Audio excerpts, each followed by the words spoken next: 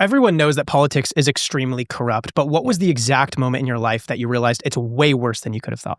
Well, it's funny. I talk about it in this book, and Congratulations, by the way. And I never thought I would be a #1 best-selling author. I'm a guy who builds, buildings. I'm #1 in the United States. It's kind of a crazy thing.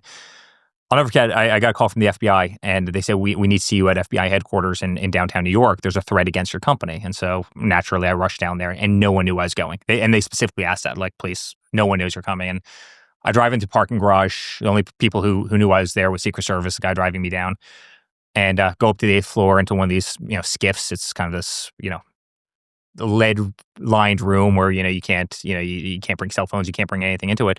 And they go, hey, there's a cyber threat against your company. I go, okay, great. I can see every cyber threat that's coming into our company, right? If you have a half-decent IT department, you can see cyber attacks every single day, right? This is like 101 business stuff. And I go, where's it coming from? Well, sir, we can't tell you that.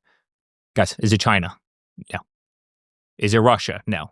Is it Iran? And their eyes just, light up. Okay, so guys, so there's a cyber threat coming out of Iran. Least shocking thing I've heard all day.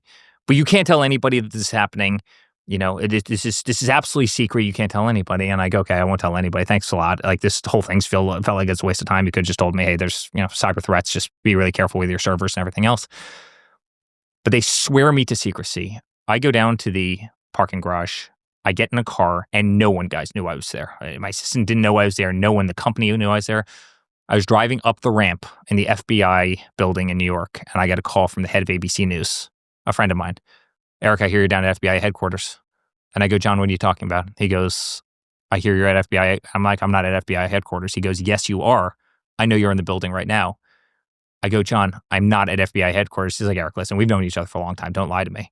I go, how would you know something like that? And he goes, because their press office out of Washington, D.C. just called to tell me that you just left their skiff and they were briefing you on a cyber threat from Iran. And I go, you got to be freaking kidding me. Beyond. The Secret Service agent in the front of the car, who was with me for 3 years, I had him on speakerphone at that point, was clenching his fists like he wanted to fight. I just couldn't believe that was the status of the government, that they would do something like that. And then we get into Under Siege, right? That was kind of my first, where they impeached my father twice, right? They make up dirty dossiers. The dirty dossiers were talking about golden showers. They were talking about things. All they wanted to do was have my father, divorced, lose his family, embarrassed, all paid for by Hillary Clinton, right? They made up the Russia hoax. So we had secret servers in the basement of Trump Tower communicating with the Kremlin. Give me a break. We don't have servers in the base. You know why you don't put servers in basements? Because basements flood, right? Let's just start at the basics. I became the most subpoenaed person in American history, 112 subpoenas for doing nothing wrong. I've never gotten so much as a traffic ticket, right? 91 indictments toward my father, debanked by every major financial institution in the country. They came after us like we were dogs. They raided Mar-a-Lago. They raided Melania's room. They raided Barron's room.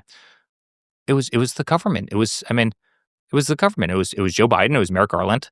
You think Joe Biden is literally pulling the strings, saying, like, you do this, you do that? Because I actually don't think that he was, competent enough to... Okay, fine. So Joe Biden or the Autopen or his underlings or Merrick Garland, who is definitely, capable enough of this.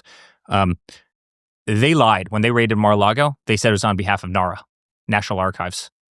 Does anybody really believe that the National Archives has enough power to tell 30 armed FBI agents to raid Mar-a-Lago and it not come from the White House? And by the way, they've all but admitted that it came from the White House at this point, right? But, no one believes that, right? I mean, why was Letitia James at the White House every week, right? Why was Alvin Bragg at the White House every week? Why was Fannie Willis and Nathan Wade at the White House every single week? Was that their jobs?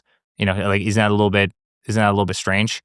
We know that Hillary paid for the dirty dossier, right? We know that Barack Obama was the one that did, the Russia hoax.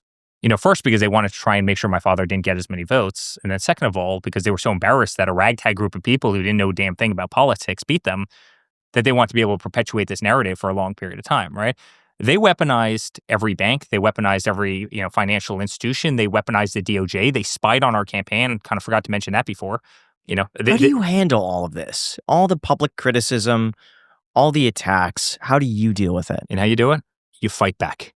You don't give up. You fight back. Right. And that's this story, guys.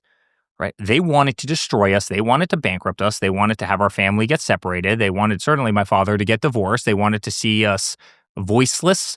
Hence the reason we all got stripped off Twitter, Instagram, Facebook. They turned down all of our dials.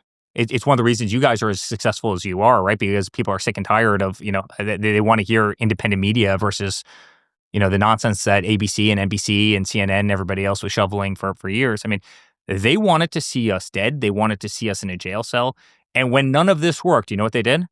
They tried to shoot my father, right? And not only the first time in Butler, but then they tried to get him 8 weeks later, about 4 miles away from here at Trump International. They wanted him off of the stage because they couldn't control us, right? We weren't one of them. We weren't the establishment. They couldn't believe that we beat them at their own game. I mean, guys, we self-funded our first campaign. Hillary Clinton raised $1.5 billion and actually knew what a delegate was, and we still beat her, right? It's kind of a remarkable thing. And we love this country. We love our nation. We love the Constitution. We love God. We love faith. We love freedom. And our country was going to hell. And so guess what? We fought. And we fought relentlessly. And I talk about it in the book. It was, guys, we either won the White House or we were going to be in jail for doing absolutely nothing wrong. Like that was the pendulum that was the Trump life. And I said that to my father in the car one day. We were coming out of a courtroom in downtown New York. And I go, it's either 1600 Pennsylvania Avenue or you and I for doing nothing wrong are going to be in 2 jail cells because that's how bad the system was weaponized. What do you think is the main thing people get wrong about the Trump family? The closeness of our family is remarkable. Having gone through the fights that we've gone through, they would have otherwise destroyed every single one of us. I think conventionally, and I really mean that. I'm not sure how many other families could have taken what they put through us. Thankfully we had the checkbook that we were able to fight. The legal battles. I mean, guys, we spent over $400 million in legal fees, right? Just fighting off, the Russia hoax and the dirty dossiers and everything else that they threw at us. Thank God we also had a voice, and that probably came a lot from The Apprentice and being on TV before politics, being pretty comfortable in front of the microphone before. But we have a family that fights together, that's always stuck together, that was unbreakable.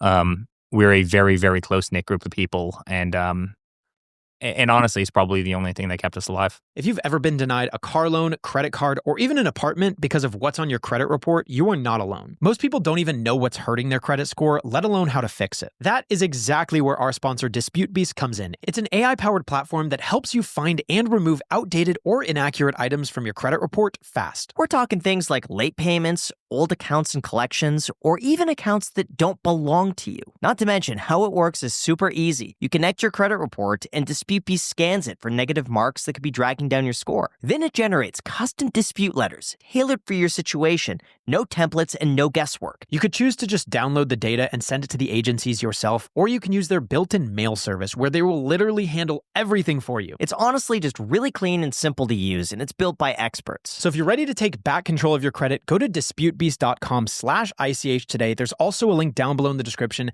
DisputeBeast.com/ICH. Guys, they will literally handle everything for you. If you're dissatisfied with your credit, they will do all of the research, let you know what's going wrong, and they will fight for you. DisputeBeast.com/ICH. Thank you so much to DisputeBeast for sponsoring this clip.